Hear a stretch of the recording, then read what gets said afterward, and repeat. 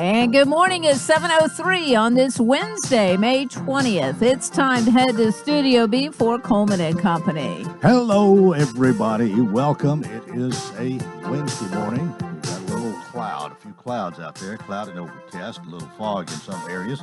Fog's not too bad where I've been this morning, but I hope it's okay for you. And Bob McDonald is on the phone to talk about Cedarstone Bank of Lebanon, Mount Juliet Donaldson. Simple banking, simply better, and simple social distancing. Good morning. Yeah. Good morning, Coleman. Your social distancing has been lessened just a little bit. At least you're, I think, one of the first banks to open the doors and invite people back into the lobby. Well, we wanted to get open just as soon as we could, Coleman, and once we had a very strategic way to make that decision, and we certainly paid close attention to all the guidance that came out from the federal and state government, and once we deemed it was safe, then we opened our doors back up. And what we have, Coleman, we have some very nice plexiglass shields at our teller windows and at our customer service desk in the lobby. We have our Cedarstone logo. We have some mats on the floor that at that 6 feet distance, so that when our lobby gets full, people know how to social distance. And we have a simply social distancing sign in our foyers as you enter the lobby. So we make it real clear what we need our customers to do, and so far it's all going really well. Well, I think it's, I know it's safe to say that you've had a good year so far, and probably, at least if you haven't exceeded expectations, you're on where you had proposed to be, and that makes you feel good, and especially going through some of what we went through even there in March. March was the end of the first quarter, but then April, we'll see what happens the second quarter, but I like to say so far so good. That's exactly right, and we had our annual shareholders meeting yesterday, Coleman, and we conducted that via conference call, so our shareholders were able to dial in, and our proxy statements that we mailed out, it included a presentation of looking back at 2019, then looking forward into 2020, and so we, as you know, we reported a good year for last year. We've had a good first quarter of 2020, as you noted, despite things like tornadoes and viruses. We've had a very good first quarter, and we certainly expect and hope that to be the case in the remaining quarters of the year. Well, you are a banker, but banking is not your entire life, and you get involved in some community projects and things, really, I guess, in all three areas of Lebanon, Mount Juliet, and Donaldson, but in particular, down at the Hermitage, you have been able to become a friend, at least an acquaintance, and I guess a friend of Brian Kilmeade, who is nationally known, and you were on Fox and Friends with him. You haven't told us about that, but I found out, and I kind of wanted to mention that. I think that's a feather in your cap, Bob. Well, it was fun. Brian is a real nice guy, and I've gotten to know Brian. We both serve on the board of the Andrew Jackson Foundation, and so I interact with him throughout the year at board meetings and other events that we have. And when Brian has written two best-selling books, and one was on Andrew Jackson, The Battle of New Orleans, and so we hosted a book signing gathering for him last year, and there at the bank, and so he had Susan and me come to the Pancake Pantry in Nashville that very next morning, where he was doing a live, newscast, and then he called and asked me to participate in his Fox and Friends segment one day. It's been a few weeks ago, and then that same morning to join him on his radio show, which takes place right after Fox and Friends. And what he wanted me to talk about was this Small Business Administration Paycheck Protection Program, which we're all familiar with. And so I was able to share with him what our experience has been with that program. But he's a very nice guy. He's just as you would see there on TV. He's very busy. He's very intense, but a very nice guy. Well, I'm glad. I will have to ask you this. Radio and television are quite different, aren't they? Well, they are. You know, on that particular show, again, I was doing that via Skype. Uh-huh. And so that was the first time for me to do that. I had to get that all set up on my iPad, and they had to call me the day before and get me all set up. And so that was new for me. But I felt very comfortable doing it, not just last year when I was live with him in Nashville, and then a few weeks ago, and then, of course, his radio show, because every week I get to do this with you. So doing live newscast was a very comfortable thing for me, and I appreciate your getting me used to that, Coleman. Okay. We got just enough time to talk about that free checking account at Cedarstone. Yeah, we do a lot of that this first quarter, Coleman, and it's a great account. Free checks, it's free online banking with bill pay, free ATM or debit card, and there's no charges to use any ATM around the world. And so it's a great account for anyone, no matter what their needs may be. And I've told you before, but we get a lot of business who comes in the bank who opens up their account because they hear you and me each Wednesday. Well, we try not to forget it, and it is a great way to establish a relationship. You like to know a little bit about the people when you lend them money or when you do bigger and greater things, and the way to get started is that free checking account, and free in every sense of the word, and I hope that more people will take advantage of it. Great. Well, very good, Coleman. Thanks for letting me be with you today. You have a nice day, okay? All right, you too, and we'll do it again next Wednesday. All right. That is Bob McDonald. He's President and CEO, Cedarstone Bank, Lebanon, Mount Juliet, Donaldson, simple banking, simply better. And here lately we've added simply, I done forgot. But anyway, they're open. The lobby's open. You can go in now. Simply social distancing. That's what I'm trying to think of. We're 10 and a half after the hour, and I am going to go to the telephone right now because I have a telephone interview with my guest this morning for part one. And I believe that we have on the phone Donna Vise. Donna, are you there? I am here. Well, good morning and welcome to Coleman and Company. Good morning, and thank you for having me. Okay, where are you calling from this morning? I actually am in Sparta. Okay. Well, you're going to be talking to us today about the Tennessee Recovery Project that has to do with tornado relief for Putnam and Wilson counties, and we've heard a lot about this. And I wondered in the beginning, hasn't everybody that needs help gotten it by now? But probably not. And you're going to talk about that. But before we get exactly to that, let me just ask you, what is the Tennessee Recovery Project? Well, Tennessee Recovery Project is a short-term grant that is sponsored by FEMA. The purpose of the grant is to provide referral and emotional support to individuals that are affected by a natural or man-made disaster. In this case, it would be the tornado. What the intention is to provide not just referral to clothing, shelter, those basic needs, but to provide emotional support for individuals who experience the disaster, because we know that a disaster like this can cause emotional stress over the long term. Mm-hmm. All right, now let me point out here that you are the Community Justice Coordinator, Plateau Mental Health Volunteer Behavioral Health Care System. That's a pretty long title and whatever here. But what you just mentioned here is another reason for us to talk with you today, because even though somebody might have gotten over the initial damage from the tornado, the emotional problems that could have come along probably need to be looked at too. So you did mention that, and I'm sure we'll focus in on some of that. So the services that are provided for the program, then it's quite comprehensive, I take it. Yes, we have a significantly long list of practical referrals that we can make, but the primary focus at this point, we're two months out from the event, is we're coming into tornado season, And, you know, there will be a lot of residual fear.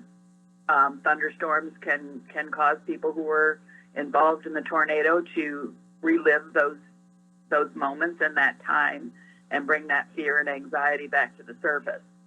So even though we are a couple of months out from the disaster, the emotional effects can go on for an extended period of time. Mm-hmm.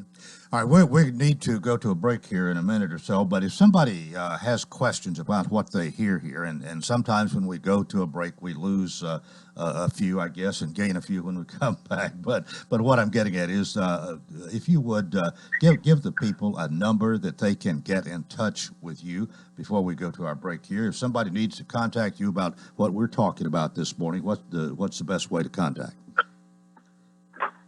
Our hotline number is 833-954-2424. And that line will be answered personally between 7 a.m. and 9 p.m. And after 9 p.m., they can leave a message that will be returned the next day. Okay. All right. Donna Vise is my guest this morning. She is speaking to us by telephone. We'll talk more after a break here on Coleman & Company, FM 98.9.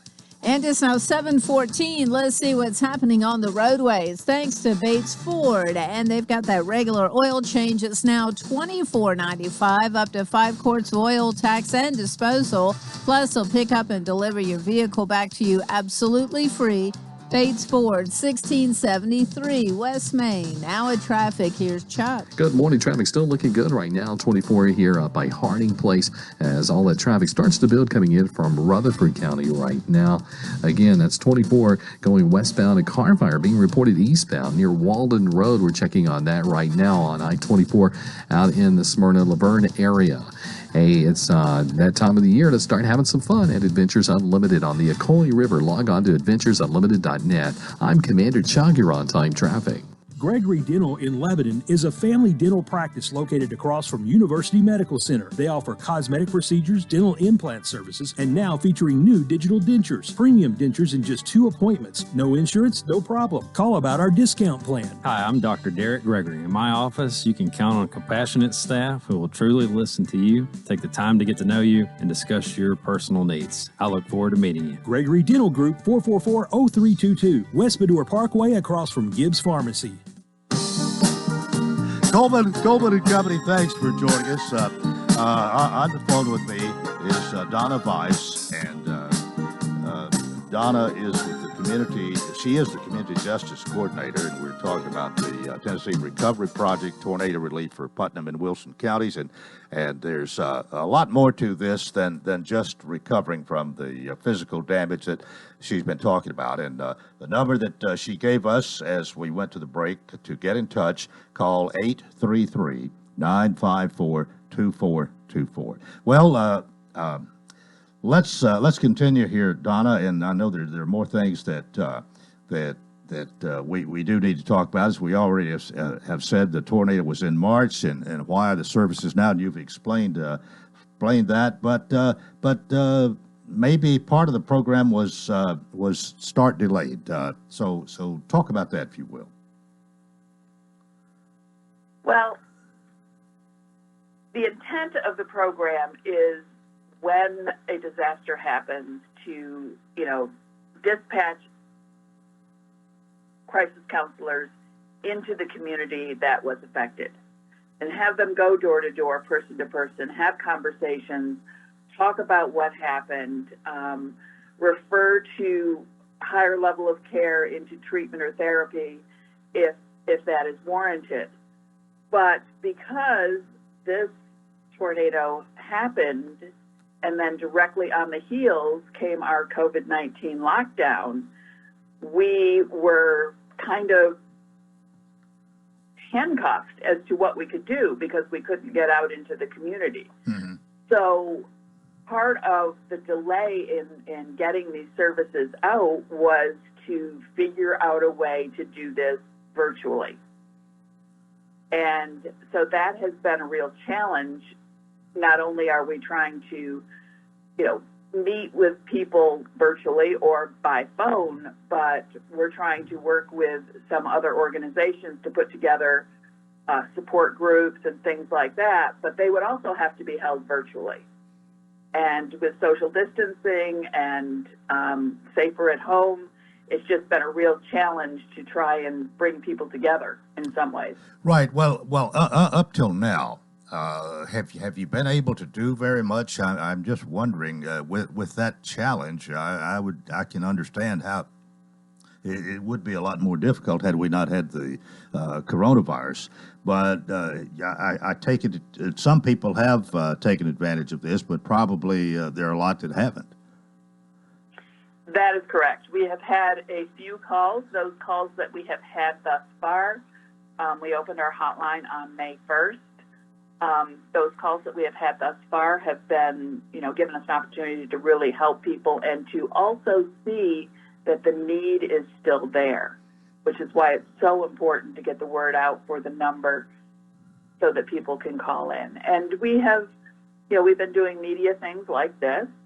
We have flyers that we have put out in the community, both in Wilson and in Putnam County. And we're just, doing everything we can while participating in social distancing to get the word out so that people can call. So far, what has most of your attention been directed at? Either the personal attention or if there's monetary help. Has it been more for repair of physical things or the mental and emotional aspect? Well, this grant does not allow us to provide any direct financial help Okay. to any victim. So it has been the emotional help, the referrals, the letting them know that there is still help out there. I have been in contact with a couple of faith-based organizations that help with rebuild. So if someone has a specific need and that, let's say their insurance isn't going to cover the repairs to their house, then we may be able to put them in touch with one of these faith-based organizations. No guarantees, but we can put them in touch with them to see if we can get them some help in that way. Mm-hmm. We cannot provide any direct funding. Okay, I understand now. But the thing about it is, a lot of times when people are in this situation, there's the old expression about being between a rock and a hard place, and really, if you've lost your home or lost a big part of it, or even worse, maybe there were 18 deaths, I believe, in this tornado. If that has happened, it is a tough time, and a lot of times you're not as maybe you can't you're shell shocked, so to speak, and you can't think as clearly maybe, and don't think of all the different possibilities or areas of help that might be there. Somebody like you that can come along, even though, as you said, you don't have monetary help, you can maybe direct them to somebody that does. And then as far as the emotional recovery that needs to be done, I guess it's just a referral thing there as well? Yes. Mm-hmm. Yes, and part of what we would like to be able to do and are working on doing is, several churches have reached out to us who maybe have experienced a loss in their congregation that want to have some grief support group, and so we're working on setting up like a Zoom meeting for those that are interested, with the intention that the support group will be facilitated initially by one of our staff, but later on down the road, it will be self-facilitated group, and they can make their own decisions about how long they want to keep the group going, and things like that. So we're like we come in at the beginning with a spark, and then,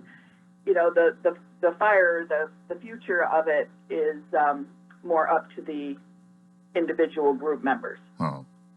We're talking with Donna Weiss, Community Justice Coordinator. The program is called the Tennessee Recovery Project, tornado relief for Putnam and Wilson counties. But again, the access not only to repair help, but for mental health services as well. And if you want to get in touch, let me give you this number again. If you care to write this down, it is 833-954-2424.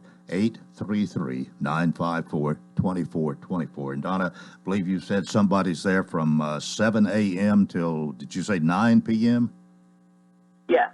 And then if you call after 9 p.m. and before 7 a.m., you can leave a message, and then the people will call back, will contact you and see if there's any way to contact you or help you in the recovery that is available here. Well, something like the tornado that we had here, it takes a while to recover from that. Then on top of that, the coronavirus. It's been a rough 2 months in March and April. May I think things have gotten a little bit better, but it's been a rough 2 months, and I'll bet you it's been that way with you. It has. The adjusting to staying at home and trying to get these services out there from home. I have approximately 20 outreach specialists and 4 team leaders who, if we were able to be in the community, would be going door to door in the 2 communities hardest hit in the Wilson County area and the Putnam County area. And, talking to people and handing out brochures and flyers and information and phone numbers and seeing the need up close and personal. And it's been challenging to, not having been personally affected, to wrap my head around even what they may be experiencing. And a few weeks ago, I said to my husband, let's take a tour. Let's drive through there. He said, are you sure you want to see it? And I said, yeah, I do. I think I need to. And he drove and I cried. Where did you go? So we went through the Cookeville area. Yeah. That was pretty much on the west side of Cookeville, I believe, between Cookeville and Baxter, maybe, where the most terrible damage was. Is that right? Yeah. Okay. Well, there were a number of people who died there. We heard, and we had quite a bit of property damage here, but I don't think it was. I think they were hit quite a bit worse than the residential area here. From all that I've been able to tell. But people from either one of these counties are eligible to get in touch with you. You're going to contact them, help in any way that you can, really. But I can understand what you're talking about here with the social distancing and people not with the way that's been here, and what you like to do is go door to door and see these people and help sooner, really, I think, than what you've been able to do from what you're telling us. Is that right? Yes, that's correct. And in addition to having experienced a tornado, when, the COVID and the social distancing and the safer at home and all of those things hit, it was, I believe, probably a little worse for these people because they felt even more isolated. Well, they had their lives and then they had the isolation. They were kind of, I don't want to say they're put on the back burner, but I mean it wasn't as prominent, and people weren't thinking in their direction as much once COVID-19 came along. So that's not good for them. But hopefully they've either gotten help or are going to get help. And we got a couple of minutes left here. Donna, again, 833-954-2424. We'll have that number here if anybody needs it later on. But anything else we haven't touched on, or anything you want to reiterate here as we close out on this Wednesday morning? Well, I think that the effect of a trauma like the tornado is best served when attention can be paid to it quickly, when people can get their help more quickly. The delay has set us back on being able to give that immediate boots on the ground kind of response, which means that there may be a need for longer term, more frequent follow-up and support to make sure that people are getting the mental health support that they need. So we're going to be here for a while. Well, that's good to know. Go ahead. It's over and move on without calling us. Well, it's been nice to talk with you this morning, and I appreciate the work that you're trying to do and doing your best to get the word out here and to let people know that there is help, even mental health services. So you can help people find help there if that is the problem that they have. Again, we've been talking with Donna Weiss, and Donna is the Community Justice Coordinator for the Tennessee Recovery Project Tornado Relief, Putnam and Wilson counties. Donna, thanks for being with us, and we hope that things pick up and you can help a lot of people. Thank you. Thank you so much. All right. That is part one of Coleman and Company. We hope you'll keep it here for more. Part two coming up here on FM 98.9. And it's now 7:29. Let's see what's happening on the roadways. Thanks to Absolute Kubota and Rental. Redmax, complete inventory of weed eaters, blowers, hedge trimmers for the commercial user and homeowner with up to a 4-year warranty. Absolute Kubota and Rental, 1325 West Main. Now at traffic, here's Chuck. Good morning. Traffic still looking pretty good out here at the moment. As far as interstate accidents, now they are wrapping up that car fire right now out in Rutherford County. It's 24 eastbound near Walden Road. Of course, the heaviest flow of traffic is going westbound. This time of the morning coming out of Rutherford County into Davidson. Traffic still looks good down through Madison right now on 65 going south. Prince's Hot Chicken is the original hot chicken in Middle Tennessee. Check them out online and order at princeshotchicken.com. I'm Commander Chuck, you're on time traffic. This is Bob McDonough with Cedar Stone Bank. We know there are times when financial circumstances can be complicated for families and businesses, but we do not believe the solutions need to be. That's why for 15 years we've been delivering simple banking to our customers while still offering all services and products. We're thankful for our customers and the communities that we serve. If you don't bank with us, it would be our pleasure to visit with you and talk about how simple banking is simply better. Cedar Stone Bank, member FDIC, equal housing lender.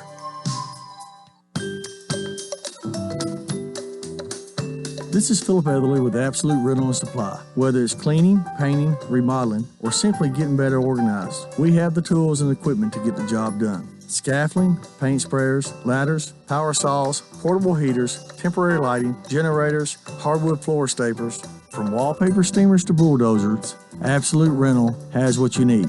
Call 615-443-RENT. Absolute Rental and Supply. We have what you need. Today's skies will be partly cloudy with highs topping out in the mid-70s. There is also a chance of a few spotty showers today as well. Thursday's forecast will be very similar with highs reaching the mid-70s with a chance of a few scattered showers. By Friday, temperatures will warm up into the 80s. This weather forecast is brought to you by Walker Auction and Realty. Professional auction and real estate services. Get top dollar for your home, land, or personal property. Log on to MikeWalkerAuctions.com. They know auctions. That's a look at your forecast. I'm meteorologist TJ Scott. Coleman and Company, welcome to part two. It is a Wednesday morning, and we welcome Philip Etherly to talk about Absolute Rental and Supply. Let me go ahead and say good morning, Philip. Morning. We're having a good conversation. We get interrupted by that on the air light, but that happens all the time. You doing okay? Doing great this morning. All right. Well, Absolute Rental Supply, 1325 West Main. You ought to know about it now. We talk about it every Wednesday here. And the phone number, 615-443-RENT. And Philip and his team are available to rent you anything from wallpaper steamers to bulldozers. Exactly. You got it all memorized. I tell you. Well, I tell you, we appreciate you, and really for 18 years here, you've been doing this, and you kind of found a niche. There was little. There may have been one or two, and it may still be. I don't know, but I think you kind of come to the top here with a good service and your advertising and really being out here and helping people, taking care of their needs when it comes to renting things. Yeah, I'm from Lebanon. I've been here all my life, and so I'm really involved. Try to be really involved in the community, and there's just not customers. Most of the time it's friends that I get to work with. So I'm really blessed, man. Well, again, 615-443-RENT. We're talking about pressure washers as we went on the air here. They're a good number right now. They are, yeah. They're very busy right now. A lot going in and out. We were talking about, you were asking, a lot of times we do sell these pressure washers after a year or so in service. Somebody decides they want to buy one, we'll turn around and sell it to them, and then we'll just turn around and go buy a new one. And that keeps our fleet fresh. That is a great way to do it, and I hadn't really thought about it till you talked about it one day here. But after they've been used for a little while, somebody can take them and probably get a good price, and they're going to last them for a long time because they don't use them every day. You're using them all the time, so you wear them out in 2 or 3 years. Well, there's a difference too, and we do buy a quality pressure washer. We've talked about it 4 years ago. There are certain motors that are designed to run 40, 50 hours as their engine life, and you're thinking, how can that be? But when you think about someone using a pressure washer, they use it twice a year for 2 to 3 hours. That deal may last them 4 or 5 years, and at a cheap price, they may think they've got their deal. We can't do that. We have to buy the ones that are, steadfast and proven, and because they get used all the time. So it really is, there's kind of an apples and oranges deal there between the pressure washers, but it does work out really well. Well, it's probably that way with a lot of other things. Very much so. But you've been doing this for 18 years, so you know what to get. Yeah, exactly. Yeah, we want them to hold up, and we go with I always try to go with the best product because I don't want downtimes. I don't want a call saying this didn't work right. I don't want a service call was having to send a mechanic out and fix it. And it happens occasionally. There's nothing's bulletproof, but we really do strive to get the best equipment available. Yeah, and really, again, that just comes out. That's looking out for yourself, but looking out for your customers. Well, if everybody has a good experience here, they're going to be coming back. You're going to stay there, and the doors are going to stay open. Everybody's going to be happy. Exactly.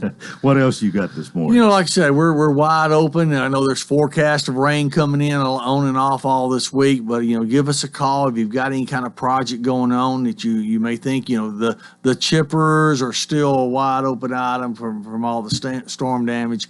Chainsaws and all that still going out pretty frequently, but even the stump grinders. I mean, I'm trying to think of all things related to storm damage. The trees get blown down, they cut them down, they chip up the limbs, and then all of a sudden they've got a stump out there. Then we've got the stump grinder, grind it out. And so, are they such that you can do that fairly quickly? They are. It all depends on the type of wood. Bodoc's not going to go very fast, but a cedar will go real fast. But it is time consuming. It's not something you just kind of pull up on in 10 minutes you're done. But there again, versus digging it out, it's a lot more efficient than that. It's a lot easier to do. Exactly. Yeah. So. Well, we're glad to know. And again, if there's something you don't carry, if you get a few people that's needing it, you're on the cutting edge there. You keep your ear to the ground when it comes to your customers' needs. Well, we try to, and if we don't have it, we'll try to recommend someone who either does have it to rent or can provide the service. Because, like I say, you can't have everything. There's all the time. There's an unusual call once a week for sure. Somebody, no, we don't quite have that. But anyway. But you got probably several thousand other things. You ever counted how many items you got? I used to be able to keep up, but not anymore. Well, you got hundreds. Yeah, definitely. Yeah, maybe even 1,000 or two. It's quite a bit. You print it all out. It takes several sheets of paper. I can tell you that. A lot to keep up with. Well, we might talk about your hours here again because you've designed your hours to be as convenient as possible for the general public. Yeah, and I really do think it's really important for that. We're open from 7 to 6 Monday through Friday and 7 to 4 on Saturdays.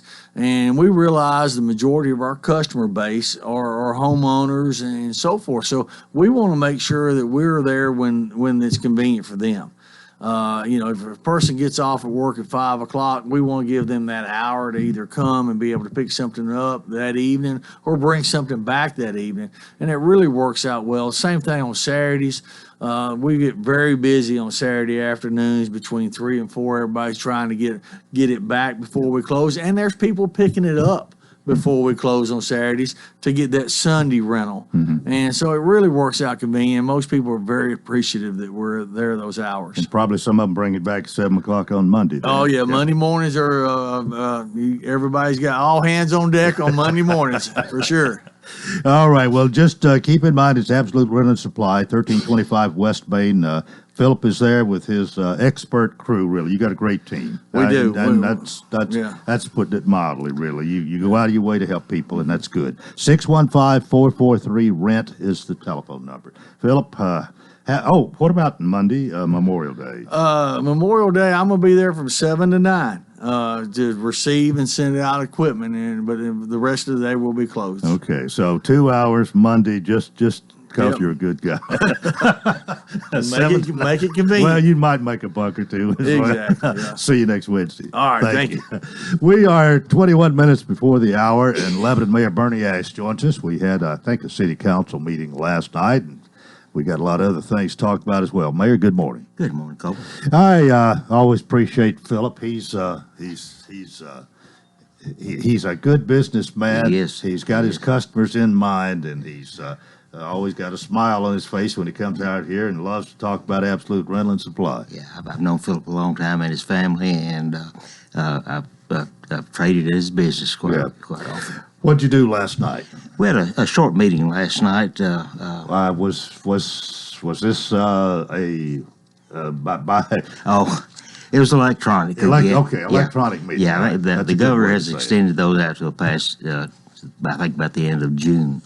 So I'm ready to get back face to face so the public can get involved again and keep things lively and moving. So. But I want to think, and I don't think any of us really like, I don't think we care a whole lot even about the social distancing, but recognize it's probably a good thing to stay 6 feet apart and all that. But when it comes to meetings, I mean, how could anybody like that as well as your regular meeting where you're face to face and even the audience, people can come and be in the audience. You can't have that with an electronic meeting. Well, we've tried our best. We can, if you call ahead, you can be invited to the meeting online or on video, and you can be invited to say your piece or respond to some of the things. But still, you don't. You don't have that interaction. Yeah. It's I'm not even sure it's as good as a telephone interview on the radio, and I'm not too fond of them. I understand. And no offense, Bob McDonald. I don't mind doing the commercial because we know each other and we know what to expect. But the other. Like the first half this morning, it's not my favorite cup of tea. But we do it because it's the best we can do sometimes. We're in different times right now. We have to make adjustments. Well, what did take place? Well, I think we do this part pretty quick. We had let's see, the first four. Let me get to it. The first four ordinances under old business concerned one piece of property. This is an acre and a half piece of property was annexed into the city. This is out on 2000 Callis Road. What has happened here is there's a large warehouse out there already, and it's mostly in the city except for an acre and a half of their property. So we had to adopt a plan of services for that acre and a half. We had to annex it, add it to the official zoning atlas, and then change the zoning on it. So you had to vote four times? Four times. To add an acre and a half to the city. Yeah, and since we were online with it, we had to have a roll call vote each time. So. There's more in going through all that almost than there is to the whole thing, I would think. But acre and a half is not much, and I would guess there would have been any objection from anybody on that. There was not. Every resolution just passed. The formality you have to go through. We have to go. We have to follow the law of these things. Right. So, and we did. We had one other resolution to accept bids for collection service. This is for the finance department. We occasionally have to put things out for collection, and our old collection service went bankrupt, and we had to replace them last night.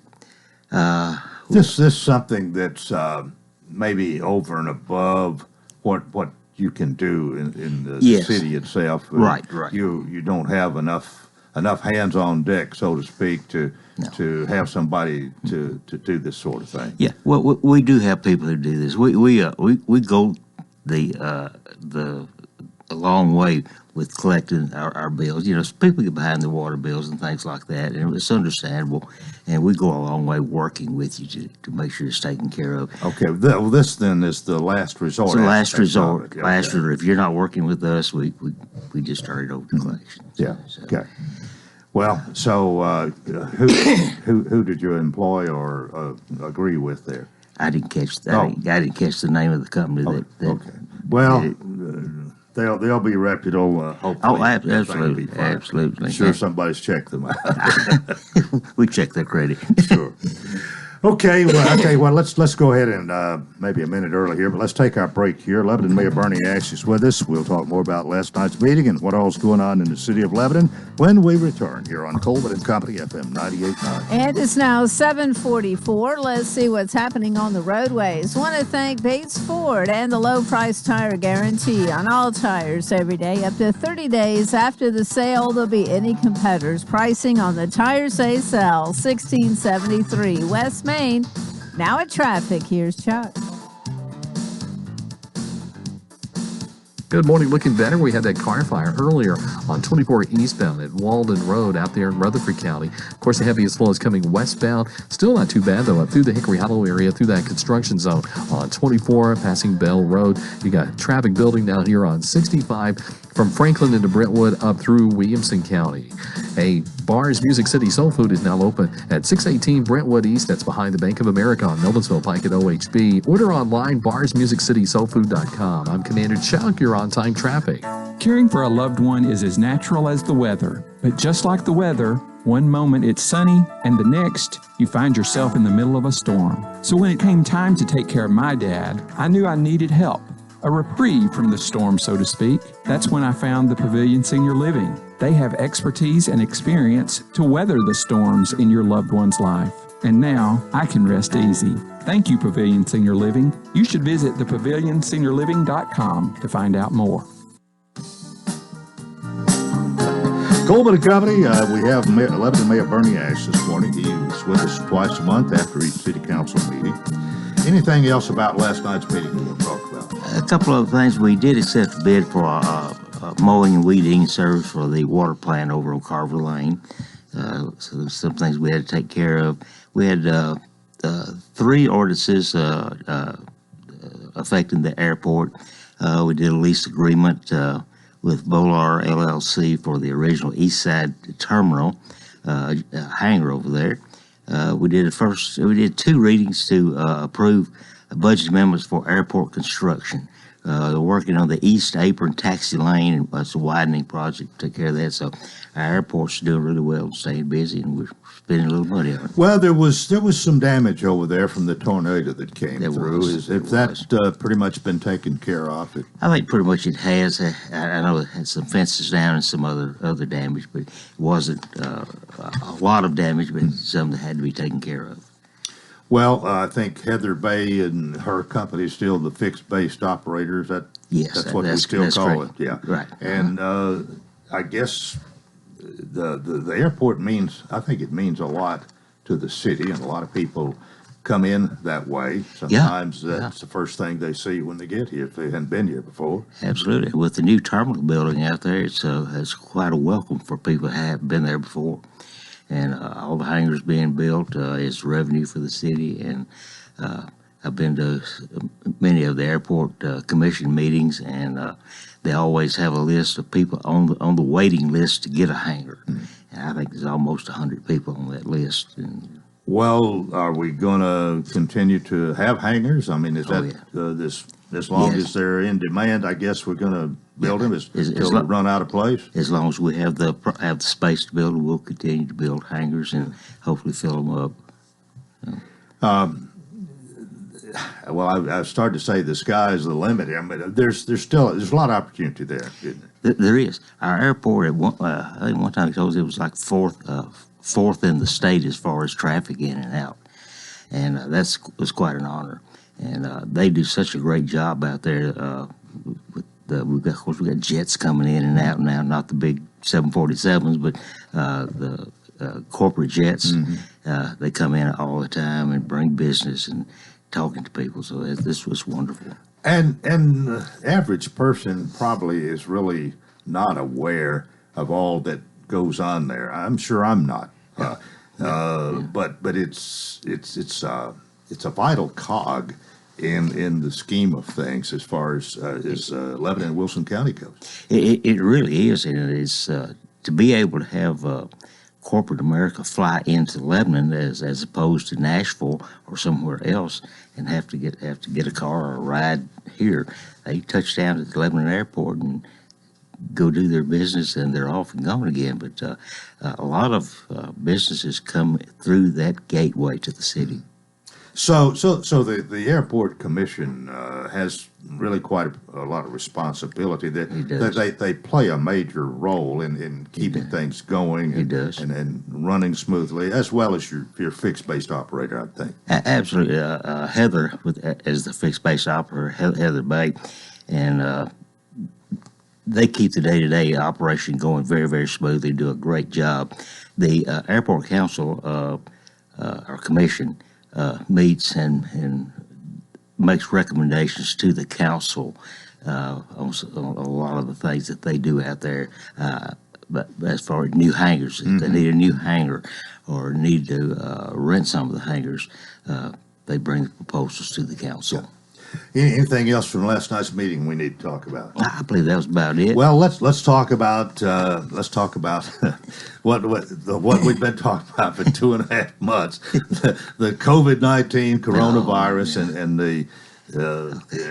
and what we've been doing, because things pretty much shut down an awful lot for a while. We have relaxed, and we are a little bit ahead of Davidson County in that. Our restaurants open sooner. 50%, and have that expanded to 75 now, or is it about to? I think it's probably getting ready to. I don't think it has yet, but we are starting to open up. As far as the city is concerned, we have opened up City Hall, the lobby again. You can come into the lobby. We still ask you to maintain that social distancing inside the lobby, and we don't pack them in there. We still, as we mentioned before, we still haven't opened our meetings completely yet, but hopefully that's coming soon. But well, your next meeting will be in June. In June, Have you decided yet about that?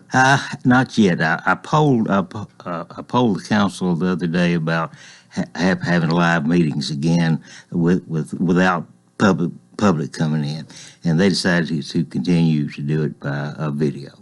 So we'll do that through June anyway. Okay, all right.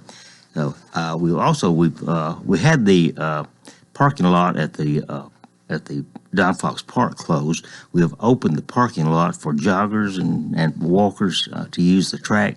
We have not opened up the pool or the playground yet. There's a lot of touching going on there. And plus we're still under that 10 and under regulations, so we're trying to keep that. Hopefully the Floyd Center will open up with quite a few restrictions on that for Memorial Day. Well, not sure about the pool, how we're going to do that yet. The outdoor pool won't be open. The indoor pool may be open, so we contact them and talk to them. So Memorial Day, it's going to be open in some fashion. Some fashion, yes. So no doubt, quite a bit of restriction, but at least it'll be open. Yeah, we're trying to keep everything safe, and they're doing a lot of cleaning and sanitizing. And if you put a piece of equipment down, somebody's going to be there to sanitize it and all that kind of thing. But we're slowly getting opened up again. The Senior Citizen Center we have not opened up yet. We're trying to be extremely careful there, and hopefully we get that opened up before too long. How is too long? When is too long? Not too long. This is not written in stone, but we're hoping sometime in June to get it opened up, maybe half capacity or whatever is necessary. But the senior center is extremely successful, and we have at least 150 to 200 people in there sometimes. Yeah. And It's a vulnerable crowd, so we want to be careful to protect seniors. I'll tell you what, my pool skills no doubt have had to deteriorate. I have not played one game of pool since you closed that place. I'm not that good anyway, but I love to play. Well, you'll be easy pickings when we get back. Well, I know it wasn't it wasn't what we were hoping for, but I know why you did it. And I understand. And this whole thing has been it's been a lot of stuff that's been done. You were afraid not to for fear of what might happen if you didn't. Yeah, if you remember back when they first started talking about this, they were predicting, 1 million, 2 million people dying of it, which was grossly overestimated. However, it is a serious thing. We're taking it seriously and trying to be as safe as possible. I read somewhere, and I don't want to offend anybody here, but somebody wrote this, that the news media done a great job of scaring the American people to death. A lot of truth to that, I think. I still think we really don't know. If we hadn't done anything, we don't know how bad it might have been. But I'll tell you, I really hate to see people losing their jobs and the tremendous amount of unemployment that's come as a result of this. Well, you and I both know about small businesses, and a lot of small businesses are not going to be able to survive this, which is a tragedy. I mean, that's people's livelihood, and they need to get back to work and back to business, and it's slowly happening, but I think it needs to be happening a little bit faster. Well, some of these other things you can do without or work around, but when it affects your pocketbook, it's a little bit different story. And I mean, here we're about running out of unemployment funds. The state representative center have been talking about that some, and of course, but the bigger problem though is been even getting the money to people, because there's so many of them applying for it, they can't write checks fast enough. That's true, and some people are getting that extra money and don't want to go back to work, and that's not good either. It's crazy. It is crazy. And when it started out, as we were talking about, I think even from the president on down, with the numbers everybody was getting, it was very, very scary, and you were afraid not to do some of the things that government did. However, as things loosen up and the numbers get more reasonable, we need to take advantage of getting people back to work, getting businesses back to work, and all that. Yeah, and there's a lot of difference between Nashville, Davidson County, and say Clay County or even Macon County. And we're kind of in between, but I mean, we're a lot different from Nashville too, and I think it's been proven. We've evidently done a pretty good job here. We had 5 deaths to this, I think. Yes, Six. 6, okay. And compared to some other places, that's really good. It is. Of course, we hate losing anybody, and we mourn those losses, but we can't shut the economy down on the numbers that I'm seeing, and we have, but we shouldn't. We need to get back. Well, anything else you're doing or on schedule to any big announcement about to come forth, or you wait and see? We're still wait and see. It seems to be a daily thing that you wait and see what the governor sends to us. Cause we're pretty much in tune with the governor on all of this, aren't we? Absolutely, and we have to be, because the governor's orders override local orders. So we try to stay in touch. Plus, we need to be all be on the same page, and I think we are. One thing I need to mention very, very quickly is this is Public Works Week, and we want to recognize all those guys and gals in public works, for engineering, planning, inspection, MIS, wastewater treatment plant, the water plant, the gas plant, the garage, sanitation, roads, maintenance, and if I missed anybody, I'm sorry. But how many people might we be talking about there? I don't know. The city has 500 people on payroll, and at least half of them, I would assume, are on public works. So we're talking about close to 250 people. Probably so, yes. And it's their week. It's their week, and we don't think about it much, but if you get up in the morning and turn the faucet on, the water comes out, these guys are working. And same thing with gas and roads and all the things that we take for granted until they're broke. Now, is Jeff Baines, he's the commissioner over all of that? Jeff is the commissioner over we call it public services here in Lebanon. And Jeff just celebrated his 30th anniversary at the city of Lebanon, and we thank God for Jeff. He does a great job with all these people. Well, I don't know all that he does. I'm not that familiar. I do think I remember.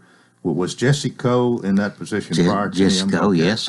And I have an idea Jeff has a lot more to see over than Mr. Coe did, but yes, because the city has grown so much. It has. But he has 30 years. 30 years. Well, I think not only him, but all the people that work with him there, salute to them, but maybe especially to him, because I think he's a real a typical idea of a public servant. I absolutely agree. Jeff has done a fantastic job. I like to call Jeff the heartbeat of the city of Lebanon, because he's been there a long time and knows what he's doing and works well with everybody.